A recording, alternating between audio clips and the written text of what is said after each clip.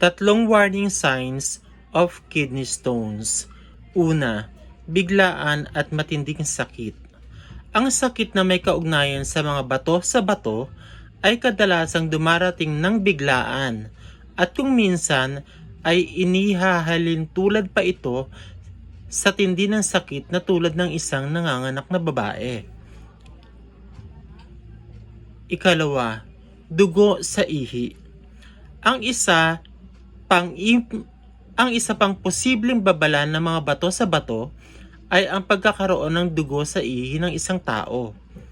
At nangyayari ito sa karamihan ng mga pasyente na may mga bato sa bato.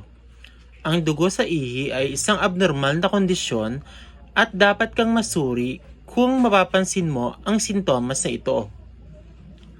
At ang panghuli, ikatlo, iba pang mga palatandaan at babala.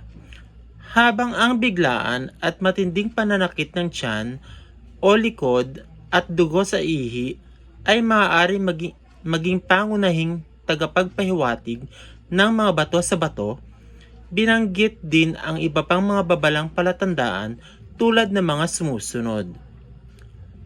A. Pagduduwal. B. Pagsusuka. C. Pawisan. At D. Namumutla na dahil sa tindi ng sakit. Until next time, bye!